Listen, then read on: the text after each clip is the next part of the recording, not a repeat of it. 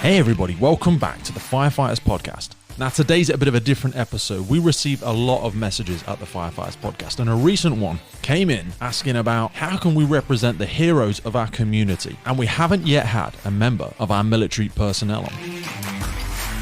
Now, always one for inclusivity. I got on the phone to my good friend Ryan, who is an ex-Marine commando and bare knuckle boxer. Now, when people ask me about Ryan, he is the UK's answer to David Goggins in my book. He is a disciplined, quirky, crazy, driven, intense, passionate, and since getting to know more about him, an incredibly humble and inspiring dude.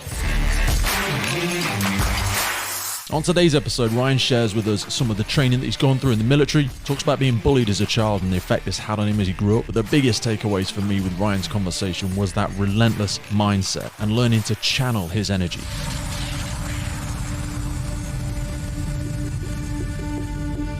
A big thanks once again to our long-term sponsor, William Wood Watches, who bring us, of course, our Chivalrous Collection, Bronze Edition, Valiant Collection, and coming to 2021 from the 1st of March is their new Triumph Collection. William Wood Watches is a UK-based watch manufacturer where upcycling is taken to a whole new level.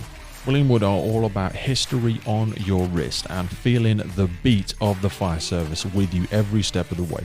William Wood Watches has the vision to be the leading sustainable watch brand that upcycles rescue service materials for a new life, once forgotten, now reborn. Johnny and the incredible team have reached over 1,000 customers in 43 countries worldwide, making this one of the most unique brands for supporting fire service frontline workers. They've been in GQ magazine, the best men's watches to buy in 2020. So get over, have a look, get yourself registered, and check out some of the incredible stuff at williamwoodwatches.com.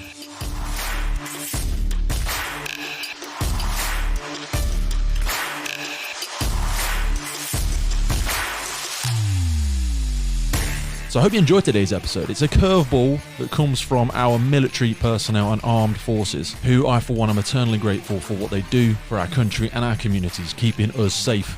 Thanks once again for coming back to the Firefighters podcast. This really is an interesting one. We kick straight off with it in there with Ryan. So listen in, brace yourself for some crazy stories, and I will see you on the other side.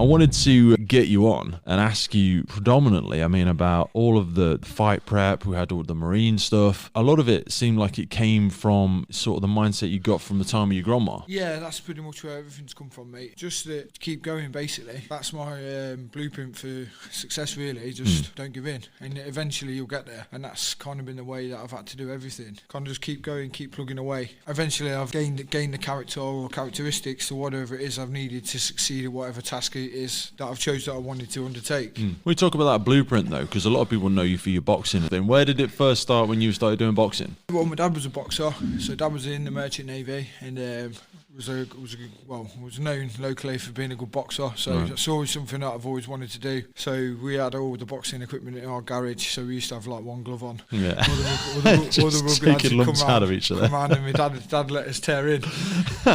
He'd always make sure I had the bigger glove and a weaker hand, so all the other lads had more of a chance. So I was one-arm sparring. So do you think you naturally had that sort of appetite for it from seeing your dad fight, or did you feel like you had to prove something, or was it just you just fell in love with it from the start? Or I've always loved like physical contact and being weak and bullied as a child, so it made me want to never have to have that feeling being a victim again. Okay. So I kind of decided I was going to armour plate myself in every way in any kind of physical challenge anyone put against me. I was going to go to death. I kind of had that same thing where I created this like big physical shield where, I went up to 22, 23 stone worth of muscle because I was bullied a lot when I was a kid. When did you first have your first experience with that, and how long did it go on with? At school. Obviously, I was the third of three. Okay. So I wore big glasses, I was dead cheeky, gobby, being the youngest. So did your brothers not put you in line before you got to school, or was it? No, it didn't matter who put me in line. I'd still be there the next day. My kind of way was attrition. Like, he could beat me up every day, but every day I'll still be there. You still keep coming back, still keep coming back. I think that was just through being useless at everything. I just, my only way would be to front it out. You weren't useless at everything though, because you started to develop a skill, even in rugby. Yeah. Do you know what I mean? You were a talented player. But I started out, all I had was like physical commitment. and aggression. I have to go through like a learning phase of like kind of honing that and then making that work for me. Okay. So I'm like, was hyper aggressive just through lack of actual like technical ability. So that I'd make up for that then with determination and just commitment. So how much does that ever cost you anything? As in terms of, you know, you say this massively. relentless That's aggression. Why I look like Shrek. No. Mate, I'm not much better, and I've not been hit in the face enough times. I just came out with these looks. But you say about this relentless sort of aggression, and we can call it enthusiasm or drive or anything like that. That can be quite overwhelming for people. Has it ever cost you an opportunity, if you know what I mean? Not in terms of big time, yeah. In the Marines as well, I was like labelled overzealous sort of thing. As I've got older, I've learnt to channel it in a correct way, where it's not like a million miles an hour all the time. But it's like something that is challenging for me with my personality, is that I am someone who does everything 100 miles an hour, everything to the best of my ability. So I've just had to find like pathways where it suits me and it suits what I'm doing. At rugby, it's like in the summer, people like running through things, I'd want to smash them in half. And like, I can remember one of the first team captain, his name's Matt Chamberlain, he was like, why are you tackling me like that? I was like, if you don't want to get tackled like that, don't run at me. Yeah. It was just in the summer, just going through drills. But it's like, there's always 0 to 100. There's me, there's no like in between. I'm surprised that didn't serve you more when you said that about. I was looking through some notes and I was doing this. You went to commando training centre at Royal Marines Linston, but you were there in the end for like 10 years in total. Yeah, 4-year first time round. I was 4 years to get through training the first time, and then how long should it take? Should take 32 weeks, so 9 months if you don't get injured. But I got injured. I was only 16, so I had a very immature body. I didn't even have a leg hair when I joined the Marines. So you were fresh into it. And I just would not give in. They were kind of telling me like I was mentally getting through all the training, but I wasn't taking it in. So I was like learning things just to pass the test, and then like not retaining it. So you were hearing it and doing it, but you weren't conceptually like understanding that's it. That's it. In the end, I got to the end of training, and then I had a bit of a misdemeanor and had to leave. And then what was a misdemeanor? What was going on there? I ended up beating up one of my training team. Because like I say, I was bullied again there, and then when I got my chance, I took it, and then obviously it backfired on me quite badly. Is that not sort of like horse flavour comes anyway, right? It does, yeah. I was quite young and it didn't get received very well. Okay. So it didn't go down well. I had to wait 10 years. To join again. So then I went through playing rugby. I played rugby at Rugby Lions. I was going to say, this is what I mean. You did take it to a high level. Nottingham, I had probably... Why didn't you stick with that? I had 150 National League games. Jesus. So played at a good standard. But then as soon as the opportunity come to get back in the Marines again, I was boxing for Neil Linford. Neil Linford was a massive influence. He got me back doing all the right things, because before I'd just turn up for sparring and then be off drinking and doing whatever I wanted to. Right. Yeah, whereas Neil changed sparring to Friday nights so that I couldn't go out being a dick. Love that. So like I did. So he understood you better and sort of got to control this animal, if you know what I mean. I did to Neil, and that drew me all in. And then I had the weekend of the the Midlands finals and national championships. I boxed in that. I lost by 1 point after being 12-1 down. I came back to lost 13-12 to a lad who had over 100 fights.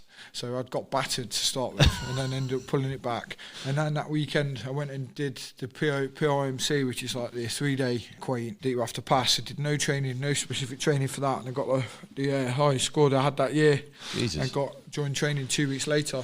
Without having trained specifically for it? Didn't do any training for it at all. What does it involve, that 3 days?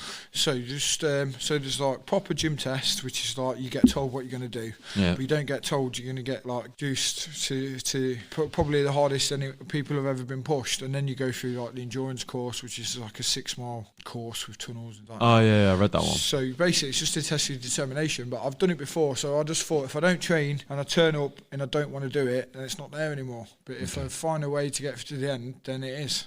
Do you think there's any specific way to train for it in terms of a physical aspect? Because like you've said, I think a lot of your power comes from more of a mental thing. I imagine a lot of people have got enough physical conditioning if they've done similar sort of sports to the same level you have. But is it more the mental aspect where people are failing? It's 100% a mental aspect. It's when it's that hard. Basically, on the first day you start out and you've got people who are fit or people who are less fit. By 3 days, everyone's exhausted, so everyone's kind of levels brought down to the same, and that's where they're looking then to see who are the people who want to carry on when it's shit. Because it's shit for everyone. So who's the one who wants to still go, who wants to still carry on? And over that 3 days, basically, kind of dictates how it's going to be over this 32 weeks of training. Because by the end of training, everyone is in that state where everyone's injured, everyone's everyone's knackered, no one's fit anymore. Everyone's fitness is irrelevant. Everyone's hanging out the arse. So it's who wants to carry on. How much do you actually want to achieve it? Yeah. And if it's not something you think about every time you breathe, you ain't going to pass. That's it. It's just as simple. How much do you find comfort when you're in a group like that? Because we talk about things like value of association, and you went through and eventually joined like 839 Troop, I think it was. Yes. Did you then feel like I'm a bunch of some savages now and I'm home, or did you still feel like an aspect of I didn't fit in, I needed more? Was there a big enough challenge even when you did it? In the Marine, as soon as I passed out as a Marine, I remember being stood behind the curtain and the curtain opened out, and I had 2 court cases ongoing at the time. So I was thinking, is this going to be the last time I ever get to wear my uniform? Because I ended up in trouble again then. So that's what I mean. Until the last few years where I started boxing at a good level, I kept having these social slip-ups where I think I was still insecure and still in the mind frame of a victim. Okay. And still, so anytime I had to walk away from a situation, I had the same feeling as when I was being bullied before. Well, you mean like you lost, or you're like, this because it's another person beating me, it's another person putting me down. Exactly that. So I've now had to change that to where I think if I ever react in that way, I'm now the bully, because I'm the one who's capable. You've got a skill set. With capability comes responsibility, and I 100%. Just think, whatever it is they're thinking in their mind is not what I'm thinking in my mind, and it's where this situation can go. I have to make the conscious decision to do what I'm going to do. So I now make the decision to just remove myself from the situation. How much does it challenge to let go of that bit of pride when it's like that, though? Because you operate in a slightly different environment, because there's a lot of boxers out there that operate in sort of the standard, whereas yours, you do bare knuckle boxing, and we'll get into how this all sort of started, but that to me is a whole nother level of scary. So how do you still able to walk away from situations with the same mind frame as someone that can step into a bare knuckle boxing ring? I take pride from walking away, and I think if I don't, then that's the bare knuckle boxing took from me. Okay. Because if you're someone who's spent your whole life learning how to do this certain thing and condition my body in a certain way where I can get into a professional bare knuckle boxing ring, what am I doing hitting Dave who's had a few pints, you know what I mean, from the pub? You're a total dickhead if that's the sort of thing you do. And I've just came full circle with it, where I just think I'm not the image in my mind that sometimes I can think I am when things happen, where I feel like that's not what I am anymore. Do you think people still celebrate that image? I think at the time it was to do with what boxing club I was at. Okay. And the influences around me then, and still I was kind of using that to feed the side of me that I felt at the time needed it. Whereas now it's getting my... What was that side? It's like almost like... Yeah, to prove something, or... Yeah, to myself, not to anybody else. It was like every time I was challenged, I would fight no matter what. If I was going to win, lose, whatever, I didn't care. Jeez. And I thought that was my way of trying to show I'm not a victim, I'm not weak. Whereas now I think it's strong to walk away, because the people who are weak are the people trying to seek out this validation, whereas I don't need that anymore. Because otherwise I get feel that like when I fight you're like a tree in the wind, aren't you? And you're being affected by everything. Yeah. Whereas now you're more like, no, I know how good I am. I know my value. I know what I'm capable of. I don't need to be blown in the wind and I have to prove myself every day. Yeah. And I had to see, as part of my bail conditions was something that I did when I was in the Marines, so I had to see a psychologist, and I went there just blasé, and she kind of said to me, these people seek you out because of their insecurities, so you react back violently because of yours. And that resonated with me, and since 2011 I've never had a fight which isn't like a proper fight without gloves on. So I've not since that one session with that woman, that totally changed everything, because I thought to myself, I can't live with thinking of myself as insecure anymore. So that's totally changed this. That is a massive mindset changed it of everything. So now I force it's like myself. your button was really exposed. Do you know what I mean? Yeah. The ability to walk over and go, watch this. And then you press it and you react immediately. Yeah, big time, and I wanted to. I was thinking, and you're almost walking around going, go on, press it, see what happens. If you think I'm a gimp, then I'll show you. Press it, go on. And let's go self-destruct. I couldn't understand why, and I was thinking, well, it's because of it's me what I'm giving out. Yeah. So I'm getting it. You attract it to it. Whereas now I still get it now, but I just I kind of just laugh. Like my dad said to somebody in a pub one night, he was like, if you can't see what my son is, you shouldn't be out this late at night. Like, what you're doing still out. You should be at home.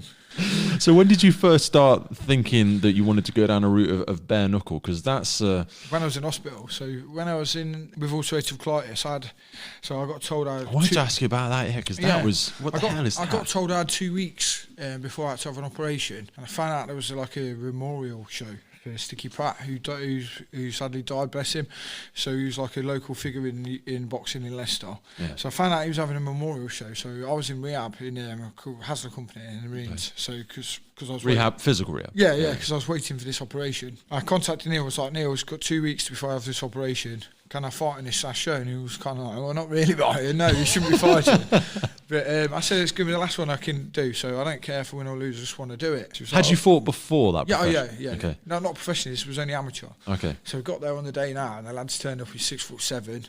Jesus Christ. The person who it was meant to be is pulled out, and it's somebody from London, and he came down. 6'7"? Yeah, he was massive. How tall are you? You're 6'2". Just about 6'2". And anyway, so I had that as my last fight and managed to win, but I didn't win in a way that I was happy with at all. And Neil weren't either. Well, you were 2 weeks prior. What was it? Surgery ulcerative colitis. What is that for anyone that's not familiar with it? So it's a chronic bowel disease. So where like the bacteria in your gut starts fighting each other. So it just like ulcerates. So I had to have a total bowel removal, which is like a 6-hour... Bowel removal? Yeah, full bowel removal. So I had to have a colostomy bag. So I've got a colostomy bag now. I'm the only person to have fought bare knuckle with a colostomy bag. Well, most people would see that as something that they couldn't live a normal life, let alone get into physical combat where you're quite exposed. Do you not worry someone's going to catch rip it off or like? Well, you wear a foul protector over it, sort of thing. But beforehand, I did a lot. I've done so probably.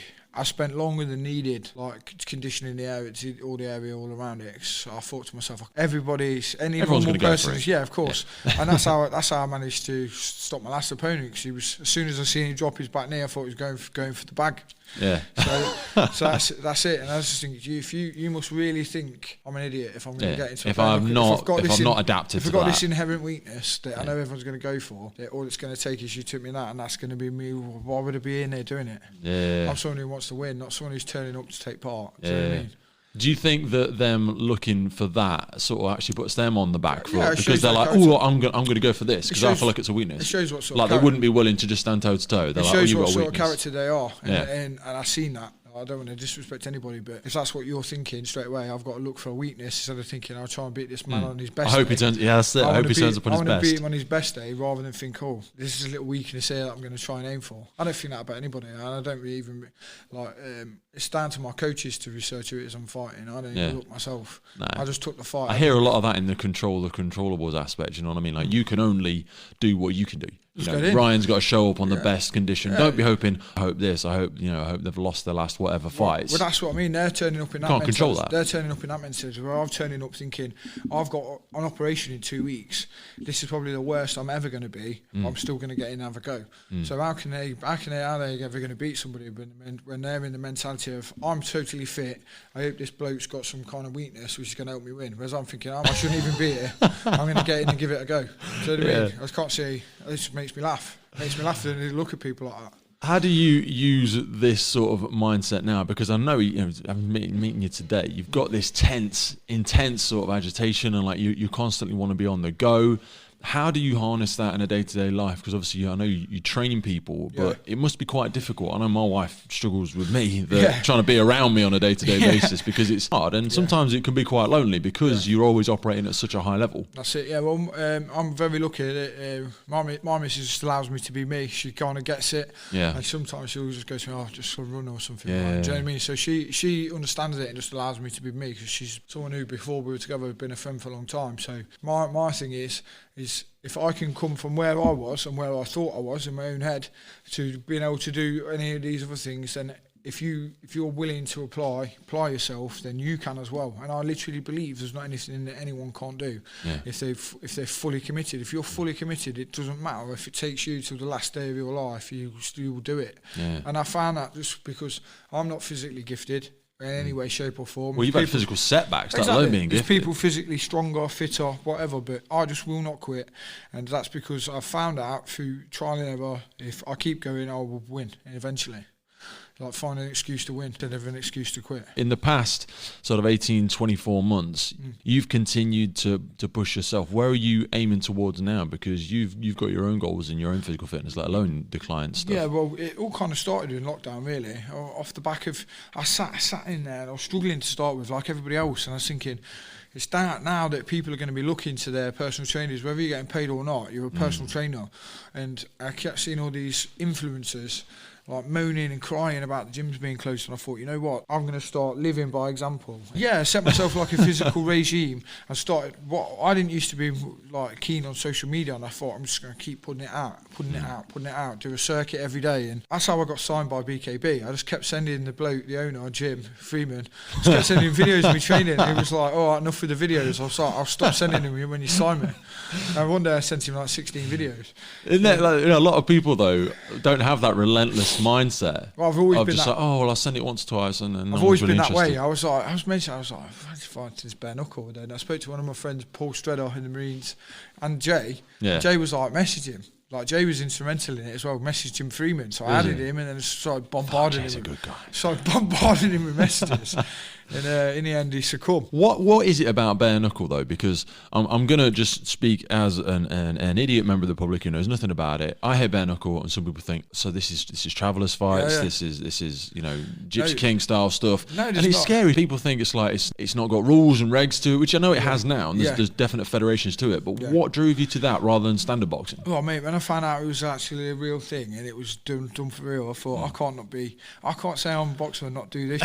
And I literally, honestly, I get excited just sat here thinking about it now. I think more the hand damage though. I mean, I know obviously you get taking licks out of each other's heads, but the constant impact on the knuckles. So it sounds really stupid. When you say bare knuckle, is it hand bare knuckle, or do you wear wraps? Or so your hands are wrapped to like an inch below your knuckle. Okay. So just there. So it's just basically wrist support. Yeah. Yeah, my hands were all right. I think with it's a sport where people rely on being tough, rely on being aggressive. Whereas I just think I've had a lot of boxing experience. It's boxing with no gloves on, and if you can compose yourself in the thing, I think a lot of people are acting aggressive out of insecurity and out of lack of belief in their own skill. Whereas now I'm at a stage where I believe in myself now, so it's took the aggressive edge off for me, and I can kind of see things and react. Because aggression's useful, but like when I hear you say that, I hear overstimulation. Yeah. You know, when you get overexcited about something, and you're not paying attention anymore. No, you've gone a bit blurry, and you've gone too excited. Yeah. But like you say, you don't get that same when you step in a ring now, or when you enter a fight. Do you find you don't actually mentally change gears so that you can keep? I don't change at all. And the actual commenters said, "Oh, I look like I was buying a pint of milk." But I think I've done it that much. I've made that mistake where I've been over aroused, and every time I've done that, I've lost. Over-aroused, yeah. Every time I've done that, I've lost. Yeah. So in the times when I've been, I can't even remember what happened in the fight. Was I can tell you the smell in the arena. Really? The last one where I was just so calm. I've done this a million times. Whatever happens, happens. I'm not even bothered about the result. I'm about getting in there and do what my coaches have told me. Like, I couldn't have my coach there because Rendell was a professional boxing coach. Okay. So he can't be seen to be cornering someone in professional bare knuckle. So I just had my friend. Is it still frowned upon in that? Kind of, yeah. And he's obviously got professional. Why though? Because you get checked out and still look after each other. Rendell's got commitments to his other professional fighters, so they came before me. So I kind of sought him out because I thought he's somebody who's going to help me. Is like a thinking fighter instead of just being what I can. If to me, I'd be letting myself down now if I get in there and just go nuts like I used to.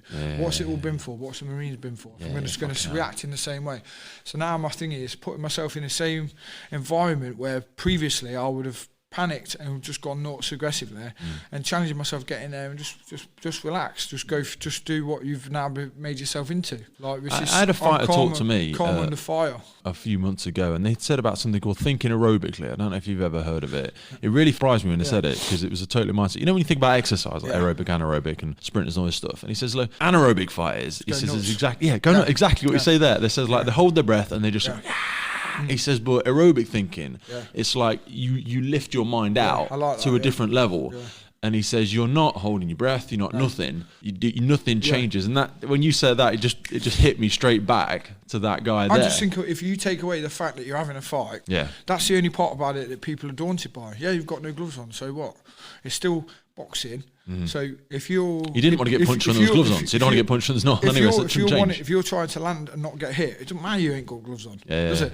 Yeah. So my thing is, I don't want to get hit, but if I do, who cares? You know what I mean? So what?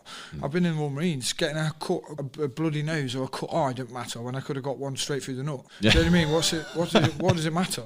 Yeah. It doesn't matter. But looking back across this, man, people hear bare knuckle, they hear surgery, they hear Marines. I mean, there's elements of people like David Goggins just screaming out through all aspects of this. What advice would you give to people, like when you work with your clients, people that are going through a surgery, or people that maybe someone that's looking to join the Marines? From your experiences, it's taken you 10 years when you went through the process.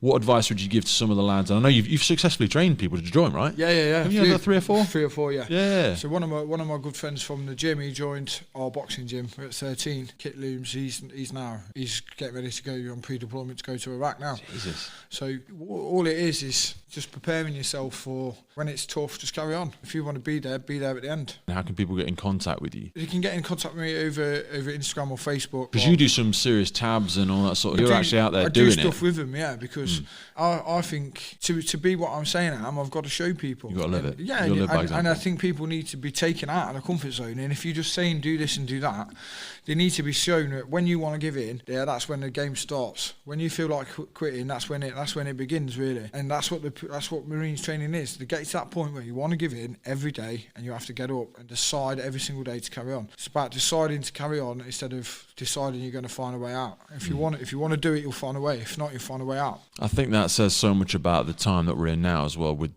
being resourceful. Do you know what I mean? During this pandemic and stuff, for people that have decided, no, this is the end, are the ones that have made that decision. And you speak about this daily decision. Yeah. More so than daily. It's to get up, like to get here this morning. You had to decide last night in bed this morning, get up or stay in bed, and it's that over and over. 82% of every internal dialogue's negative. So I just see it as a negative thought comes up there, you have to put a positive one straight in front of it, and that's difficult to do. But if you do that, that's the way that you progress on successfully. Whereas if you don't, you just let these negative thoughts gather up, and it's like a snowball rolling downhill over you. You just then become totally negative. I always think a bit like the aspect of falling dominoes as well, because you said there about decision to decision. I always talk to people about this thing called like activation energy, whereby you get that negative thought comes up, and it's like a domino that's tipping and tipping and tipping. You've got like 5 seconds, like this morning, you're getting out of bed, you're like, I'm getting out, and you've got to get up and stop the domino from falling. And every single time, because if you don't, you like lie there, like, and then you're like, every and you single stay time in bed. you do, it makes it easier to do. Makes it easier to do. This is why in lockdown, but if you miss one, that's it tips, and then the next one, then the next one. It makes it so much harder. It's got to be every moment. So I was in lockdown. I was getting up and running at 4 every morning. Everyone was like, "Why?" I was like, "Because it's shit. Because I don't want it." So every time I get up and do it, now I'm boosted all day. I'm thinking I've done something not probably 1% of people have done today, and that's it. Then every time you make, I do the same with that ice bath. Yeah, you make a little win. Yeah, people are like, what are you doing? I'm worried about that. But every time you do something that you don't want to do, you get like this boost. And it's hard to explain unless you've done it, but if you make yourself a little thing like, say, getting up and making your bed in the morning, 100%. Then the first thing you've done, you've ticked off, that's a win already. Then say, I'm going to have people say, I can't eat protein in the morning, I'm going to have eggs, make yourself eat. And then it's another thing done. Don't matter if you like it or not, eat the food. And I always say to people like with alcohol, as simple as that. You didn't like alcohol the first time you had it. Yeah. Unless it was like some sugary filled alcohol pop, and people are like, well, my first time I had beer, it was horrible. And I'm like, yeah, but you muscled through, didn't you? You were like, I'm going to keep going, because you wanted to fit in. You get up and you say, I don't like eating protein, or I don't really like water, or I don't like hydrating. I'm like, nobody does when they start. Nobody does. You got to condition yourself. So it comes down to that. If your goal is this, and you say, I don't want to eat this food, you don't want to achieve your goal. Then as simple as that. Find a way, and it's you can adjust that to anything, to absolutely anything. There is a way. And there's a way now in lockdown, there's a way whatever's going Always on. A way. It doesn't matter what circumstances, external circumstances are. You decide what you want to do, regardless of what's going on. And you're going to have to be resourceful. Regardless of what's going on outside your front door. Yeah. And that's exactly what you say about the opponents as well. It's to control the controllables. You can't control what's going outside your front door. You could do whatever. You can't control the weather, you can't control COVID, but you can control yourself. And then ironically, when you get the opportunity, if you've not conditioned yourself, you're going to fail anyway. Yeah, of course. But like you've said, if you're getting up at 4 a.m. or if you get in a flipping an ice bath every day. There's very few other things that are going to rock you that day. And as well, I just think, like, purely speaking back to that, if you're looking at something else about somebody else, you're already in the wrong mentality. All your focus is going on them. It should be on you. I'm ready. I don't care what happens. I can get through this. I don't care. So regardless what you are, I know what I am. So you bring your best, I'll bring mine. Let's have it out. And that's always going to be your 100%. It's irrespective of what they bring to the table. Yeah, I just think to myself, you know what? If you want this, you have to really want it to beat me. Awesome, love it. And just people want to get in contact with you to help sort of shift levels, whether it's joining the Marines, whether it's their own sort of boxing training, or just changing levels because they're struggling with something in life. What's the best way to get in contact with you? You can contact me on Instagram, which is the Cockroach BKB.